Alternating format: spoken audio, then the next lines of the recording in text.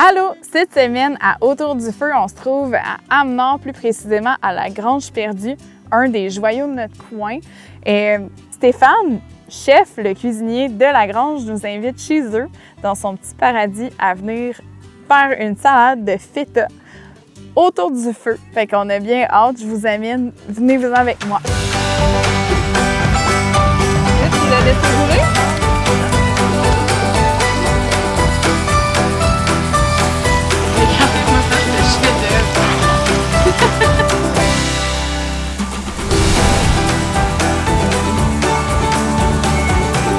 Hey, merci Stéphane de nous accueillir chez toi dans ton magnifique... on a-tu le beau décor aujourd'hui? Bien, bienvenue Natacha, bienvenue. Super, là tu nous as dit on va commencer avec la petite bière, fait que tu nous as dit tu vas nous servir de l'Aronia. Oui, j'ai apporté une bière 6 mois en fût de chardonnay avec le petit fruit l'Aronia qu'on fait à la Grange perdue. Dans le fond, ça en est une de mes préférées. Là. Oui. Pour ceux qui ne le savent pas, je travaille avec Stéphane à la Grange l'été. Puis Stéphane est communément appelé chef. Chef. Et fait partie des copropriétaires de la Grange. Puis il nous fait d'excellents repas. Moi, ce que je trouve qui est vraiment incroyable de la Grange, c'est qu'on a une variété de repas. C'est pas comme n'importe quelle microbrasserie que souvent, on va dans une micro, on s'attend à patates frites, tout ce qui est, moi j'appelle brun, là, un peu. Là. Mais moi, ce que j'adore de la Grange, c'est que tu as une variété, puis on focus sur les produits locaux, des choses comme ça. Oui, on fait un effort là, pour... le menu n'est pas super... il n'y a pas beaucoup de choix, mais quand même, on essaie de faire un effort là, de mettre les produits de la région là, ben oui, puis en avant, puis la jambonnière, les fromages du coin. Le petit jardin aussi. On utilise notre jardin maintenant, de plus en plus, qui prend de plus en plus de place, là, et de plus en plus de temps. Même dans le frigo, hein, il y en a. Oui. Hey, mais on va commencer par notre santé. Santé. Oui, vraiment, là, ça, c'en est une de mes préférées. On a les bières plus conventionnelles qu'on a à la Grange, mais il y a ceux-là là, qui sont avec les fûts de chêne qu'on a un petit peu de plus en plus, qui sont vraiment bonnes. Puis cet aronia-là, justement, vient d'un producteur local aussi. Oui, exactement. Parce que c'est ça qui est le fun de notre région. Le monde l'oublie, mais on a une variété de producteurs. Puis c'est ce que vous vouliez mettre de l'avant. Puis ce que je trouve incroyable, tu dis que le menu n'est pas nécessairement gros, mais moi, je trouve qu'il y a quand même une bonne variété là, sur le menu. Mais dis-moi au premier, d'où c'est... Parce qu'on s'en est jamais vraiment parlé, mais ça vient d'où ta passion pour la cuisine en tant que telle? Je pense que c'est une facilité que j'avais au départ. Je travaillais jadis dans un théâtre d'été. Ah oui? Avec, j'étais régisseur de scène, parce que c'est ça que j'ai fait comme étude. Puis après ça, il manquait des gens à la cuisine parce que c'était un théâtre où il y avait des soupers théâtre. Oui. Et puis il manquait tout le temps des gens à la cuisine. Puis là, j'allais donner un coup de main. Puis là, il y avait c'était un chef français qui était là à l'époque. Quand j'ai arrêté le cégep, je suis revenu dans mon coin. Là, il m'a engagé dans son restaurant. Puis là, c'est là que c'est parti. Après ça, je suis allé suivre mon cours de cuisine à l'école hôtelière à Trois-Rivières à l'époque. C'était dans une polyvalente à cette époque-là. Ah, oui. Puis j'ai toujours fait ça. Là, ça fait pas loin de 34 ans que je fais de la cuisine. Puis ça te passionne toujours autant, j'imagine. Oui, ça a changé. À un moment donné, je faisais... Là, à cette heure, c'est vraiment plus la gestion, l'administration, les défis que la Grange nous porte aussi. Parce que en étant... faire partie de la coopérative comme ça, puis du CA, ça me permet aussi de développer plein de parties de choses que je faisais pas avant, seulement juste dans la cuisine, là. Ça va vite, la Grange, hein? Oui, à tous les mois, s'il y a des choses qui changent. Puis, oui. Puis, tu sais, il faut être agile dans tout ça, mais c'est vraiment un projet qui est une fierté régionale aussi. Ouais. C'est vraiment cool, mais je savais pas du tout pour le théâtre d'été. Puis le chef français t'a appris à la dure, dans le fond. Oui, vraiment. Ah oui. Vraiment. Je veux dire, moi, mon grand-père, c'était un Français, mais on dit qu'ils sont plus féroces avec la fourchette que les armes à feu. Je pense que oui. Mais c'était quel théâtre d'été? C'était à Saint-Boniface de Shawinigan. Puis il y a aussi à Mont-Carmel, qui est mon village natal. Dans l'ancien centre de ski qu'il y avait là, que j'ai travaillé là, c'est ça, quelques années. C'est ma sœur qui était gérante, fait que je me suis retrouvé à travailler là. OK. Avec Mont-Carmel, Trois-Rivières. Puis qu'est-ce qui t'a amené par la suite à Nord? Bien, c'est la maison quand on a ouvert la table champêtre ici. Là, on a eu la table champêtre 15 ans dans notre maison ici, la table dans les nuages. Oui, oui, oui. C'est ça. Ah, ben on avait une table vrai. champêtre. Là. On fera peut-être le petit tour du propriétaire tantôt. Puis, puis là, Stéphane Turcotte de la Grange, bien, il avait comme projet de faire aussi de la restauration. Puis il m'a rencontré, il est venu me voir pour savoir si j'étais intéressé à faire partie du projet. Puis moi et Élise, ma conjointe, on était dans un Y, comme on dit. Oui. On a pris un peu, parce que ça faisait 15 ans qu'on travaillait ensemble. Puis là, bien, elle a commencé à la municipalité. Puis là, on faisait des tables champêtres à travers ça. Puis le timing était bon. Puis j'ai dit, bien, pourquoi pas, je vais l'essayer. Puis je vais lui donner un coup de main à partir ça. Puis tu sais, au pire, si je ne cadre pas, puis tout ça, bien, j'aurais donné un coup de main à partir l'entreprise. C'est tout le temps intéressant avec des gens que je connaissais moins. Puis finalement, bien, 5 ans plus tard, je suis encore là. Ben oui, c'est ça. Puis la tablée dans les nuages, moi, je me rappelle aussi, puis on l'a vu en arrivant, c'est la vue qu'il y a aussi. Oui. Tu sais, vous aviez des repas, là. Ben, moi, j'en ai entendu parler, je suis jamais venue, mais ma mère, je pense qu'elle est venue quelques fois. En tout cas, elle disait, la bouffe est incroyable, puis on est vraiment dans les nuages. Puis on vous le montrera plus tard. On vous montre ça tantôt, là, mais vous allez voir, c'est incroyable. Mais oh mon Dieu, j'en apprends tous les jours. Mais c'est incroyable. Puis tu sais, Stéphane, ben Pépé qu'on appelle communément, puis Phil et toi, tu sais, au début, vous vous êtes dit, on part dans l'aventure, on se lance, puis tu savais pas où ça allait aller, puis maintenant, regarde, qu'est-ce que c'est arrivé. Puis aujourd'hui, qu'est-ce qu'on cuisine en passant? Oui, je vais reprendre une recette modifiée un peu, mais que j'ai déjà sur le menu de la Grange Perdue cet été. On fait une belle salade avec un saumon, avec un feta au pesto, avec une vinaigrette grecque, les légumes, un beau mesclun. Fait qu'on va faire un petit pavé de saumon, farci avec feta pesto. Et puis, on va mettre ça sur une salade de fraises, tomates, betteraves, petite vinaigrette. Et puis, on va faire cuire des patates sucrées aussi avec ça pour mettre en dessous de tout ça. Hey, c'est une bonne idée. Bien, moi, en tout cas, la salade de feta, c'est ma préférée là, sur le menu de cet été. J'arrête pas d'en manger. Puis les clients, ils disent que des bons mots pour cette salade-là. Fait que je suis contente que les gens à la maison vont pouvoir la refaire chez eux ou venir à la Grange l'essayer. Bon, on va aller cuisiner le saumon, le petit pavé au pesto. Super! On a parti le feu déjà à l'avance. Puis on attend de la belle braise. Hey, parfait! Super! Fait que parfait, pour commencer, Steph, on va commencer avec les patates douces, c'est ça? Hein? Ouais. J'ai choisi les patates douces parce que c'était un mix parfait avec ce que j'avais, le saumon, et puis les fraises, le feta, pesto. Et j'ai fait une petite huile aromatisée. C'est juste une huile régulière aromatisée avec une épice que tu préfères. Tu pourrais même mettre du pesto dedans, une épice à steak, n'importe. OK. Pour aromatiser, une épice cajun. C'est quoi que tu as mis dans celle-là comme épice? C'est une épice à steak. Épice à steak, OK. Fait que parfait. Fait que huile, épice à steak pour aller avec nos patates. Oui, on va les virer. Ce qui est le fun de la patate douce là, pour les gens à la maison, c'est le fun parce qu'elle cuit vraiment plus vite qu'une patate normale. Fait que ce qui est le fun, sur le feu, barbecue, peu importe, ça va prendre beaucoup moins de temps. Oui, je te dirais environ 10 minutes pour la cuisson d'une patate douce. C'est ça, comparé à la patate normale. Puis ça donne un petit goût sucré qu'on aime bien, là, surtout qu'on vient la mariner. Bien, pas la mariner, la mélanger avec les fraises puis la betterave, ça va être vraiment winner. Aussi, sinon, des fois, petit truc pour le monde à la maison, les patates, vous pouvez les blanchir. Ça peut prendre moins de temps en cuisson, mais là, vraiment, pour cette recette-là, patate douce, ça va être vraiment winner avec tout ce qu'on a. Ça va être tellement bon, là.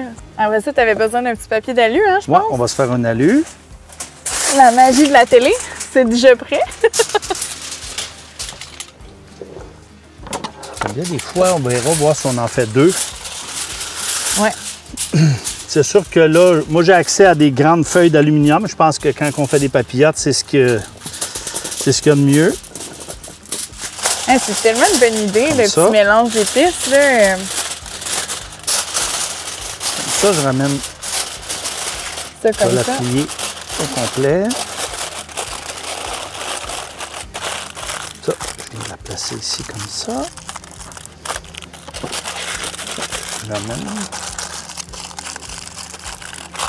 Puis là, on va être prêt à mettre nos pommes de terre Parfait. sur la braise. Oh, super. Puis là, on est rendu au saumon. Wow! Oui, on va commencer par faire le feta pesto. Parfait, oui. Qu'on va... j'ajoute du pesto au goût.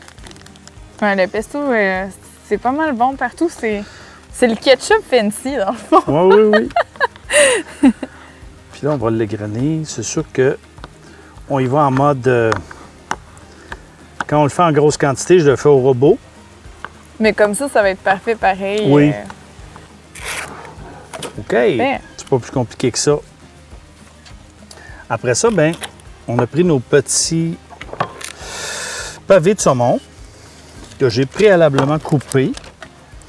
Et ça, c'est sûr qu'on peut le faire. Je les ai coupés sur ce sens-là, comme ça, pour pouvoir mettre mon pesto à l'intérieur. OK.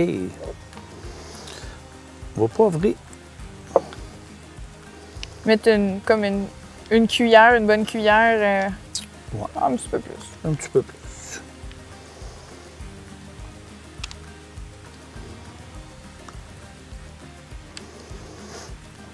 On peut refermer un petit pavé. On aurait pu le faire comme ça au four si on était à la maison. Là, vu qu'on est au feu, Oui. je vais le rouler dans un papier parchemin OK. en premier lieu. Puis après ça, on va pouvoir le mettre dans notre aluminium. OK. Ça va créer une humidité et puis ça ne collera pas sur le papier d'aluminium. Ah, ben oui, parce que c'est vrai que cuit dans l'aluminium. Oui, comme ça, ça va être parfait. Ça, on va pouvoir mettre ça sur le feu.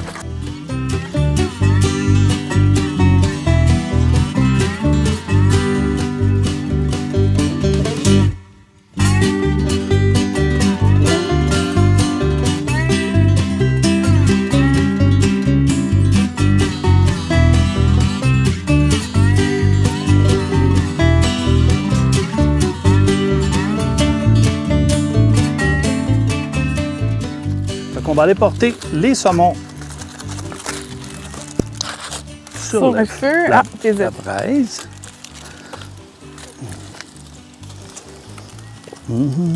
Ça, c'est à peu près combien de temps tes saumons? Ça doit être une quinzaine de minutes à peu près, tout dépendant Parfait. de On les la revire chaleur. Oui, à on la pourra moitié les de temps? revirer. Oui. OK. Ouais, Ben, c'est on va les super. virer. Parfait. En attendant, on va se prendre une bonne gorgée de bière puis on continue notre recette. Ouais, on va faire la salade après. Bon, pour la salade, Oui, la salade, on va couper les betteraves qui OK. sont déjà pré-cuites. Je vais couper en cubes et puis après ça, on va faire la même chose avec les tomates, Oui. oignons, fraises. les petits oignons rouges. Ouais.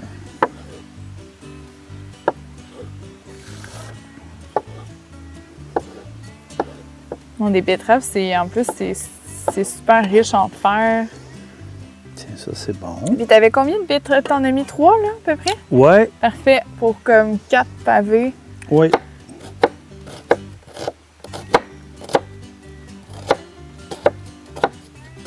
Oignons.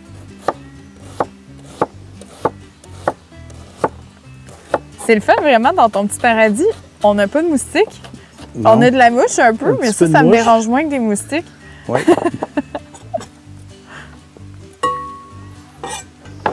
On va faire les petites tomates. Je pense que je vais juste les couper en deux. Ouais. Ça, c'est à peu près, là, tu as un petit casseau, mais est-ce que tu le mets au complet normalement ou... dans ta salade ou t'en mets la moitié? T'sais, on y va à bonne franquette. Ouais, là, c'est nous autres, ça, on est exact. plein air, puis... Oui. Tout dépendant comment est-ce qu'il y a de personnes, là. Ouais, moi aussi, j'ai de la misère avec les quantités. C'est vraiment, moi, j'y vais au feeling. Mais tu sais, c'est une salade qui se conserve bien quand même. Là, s'il en reste le lendemain, tu sais, il n'y a pas de laitue dedans qui va venir molle. Non, c'est vrai. Un petit peu peut-être les fraises, là, mais Ça reste que le lendemain, tu sais, des fraises, ça peut rester... ouais. Au pire, tu les rajoutes par la suite, là. Tiens, ça, c'est bien comme ça. Non, super.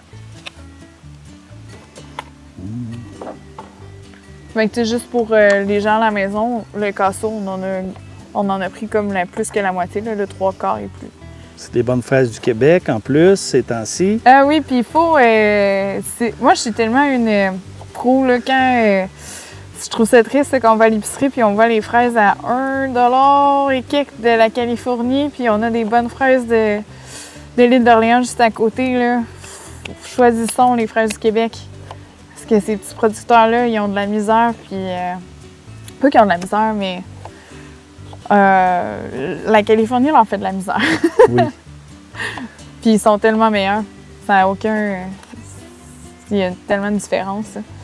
La vinaigrette, c'est... Dans le fond, t'as mis du Dijon là, dedans? Oui, avec moi, je la fais avec un pied mélangeur, là. Oui. Ouais, avec Ok. Dijon miel. Et puis... L'huile d'olive. oui, l'huile d'olive, puis je monte ça avec le petit pied mélangeur, avec vinaigre. Là, j'ai utilisé du vinaigre de riz, c'est ce que Ok. j'avais, mais j'aime bien Ouais. le mélange avec le vinaigre de riz. Des fois, ça passe un petit peu mieux, le vinaigre de... Tu sais, le vinaigre de riz qu'un vinaigre de pomme ou peu importe, là. Il est peut-être un petit peu moins vinaigré. Oui, Déjà que, tu sais, citron... ouais, ça va Viens être le faire citron qui va venir faire un petit acidulé dans notre belle salade.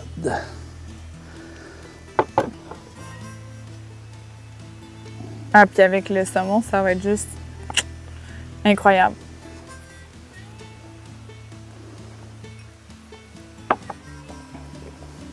Good! On va-tu voir ça, nos saumons? ou- Ouais, on va aller voir ça, que ça a de l'air. Ouais, on a une belle petite braise. Tu avais parti le feu avant qu'on arrive, en plus. Ouais. Yeah. Mais tu sais, c'est pas chaud, là. Non, ben l'aluminium, c'est ce qui est intéressant. Que je disais, tu sais, ça garde moins la chaleur. Tu sais, même sur mes poêles de fonte, je fais tout le temps des accidents, je pense pas, puis je ramasse la poêle, puis Oui. je me brûle. Fait que je mets tout le temps, moi, j'enrobe tout le temps mon manche avec de l'aluminium. Fait qu'au moins, on est sûr que c'est moins chaud. Là. Tes patates, insensibles à la chaleur, c'est Stéphane. Tiens, ça en est ici. Super. Parfait. Fait que, tu sais, là, il nous reste juste à attendre, Attendre. prendre la, bière, Ouais. la bonne bière. Oui. Puis c'est ça qui est le fun avec le. C'est ça, je dis la cuisine de feu, c'est qu'on Faut pas prend te le temps presser. de prendre le temps. Ouais, exact.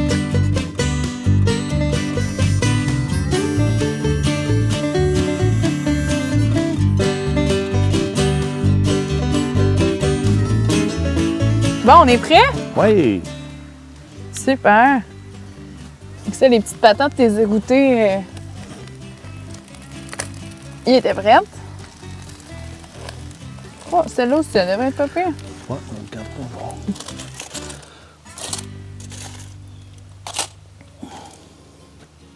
Ça sent bon, en tout cas. Moi, je le sens, là, j'ai le nez dedans. Tiens. Super. On va faire un petit montage d'assiette. Mettre ça Parfait. joli. J'ai un petit peu de salade de la Boston qu'on va mettre pour Celle-là, accompagner. tu peux me la Oh, donner. je vais la mettre ici. Bon, elle est pas super belle.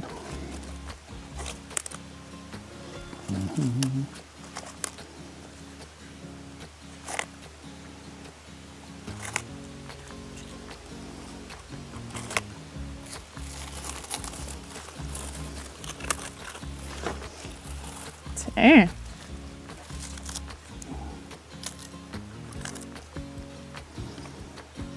C'est ça, j'avais envie de mettre les Les pommes de terre Dans le fond de l'assiette. centre, Ah, ouais. ben oui.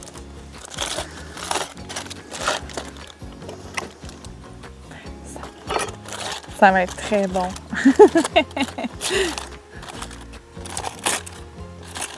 Si au moins, tu sais, c'est ça, les émissions de cuisine, les gens peuvent pas se sentir comment ça sent bon.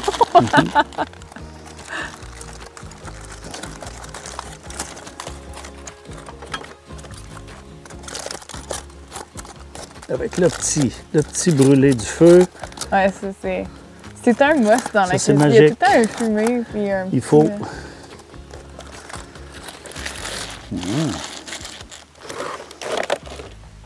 Hey, ton chien il est venu nous faire une petite visite. Ouais. Ça sent bon, hein, Iris?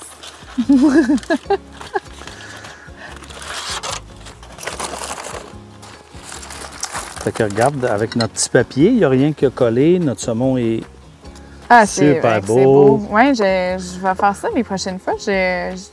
J'en cuisine pas souvent du poisson sur le feu parce que pour moi, j'ai tout le temps peur que ça colle ou etc. Mais c'est vraiment... Avec comme ça, là? Ouais. Ben sans papier, là, mais...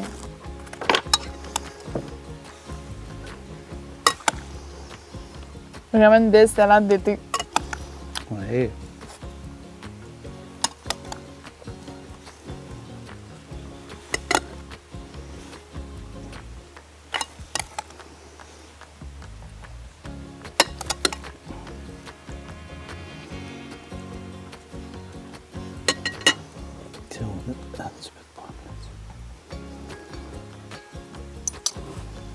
Hey, c'est beau!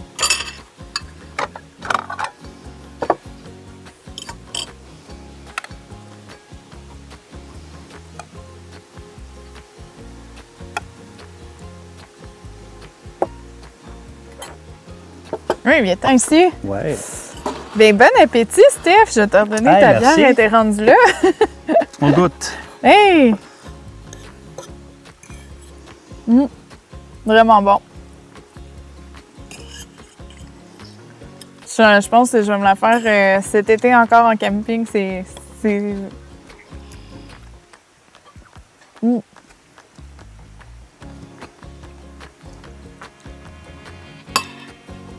Merci! Ah, bienvenue. Merci Ça fait plaisir. vraiment. Cheers! Santé.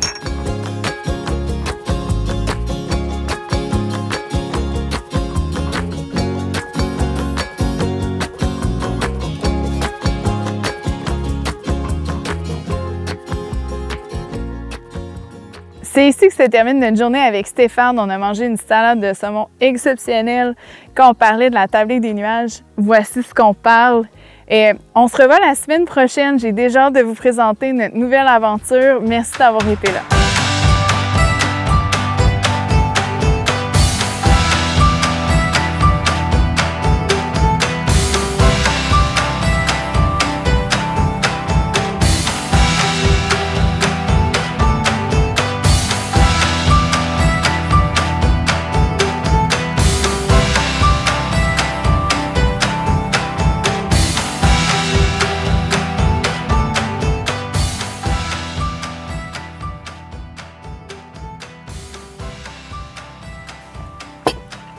It's a wrap!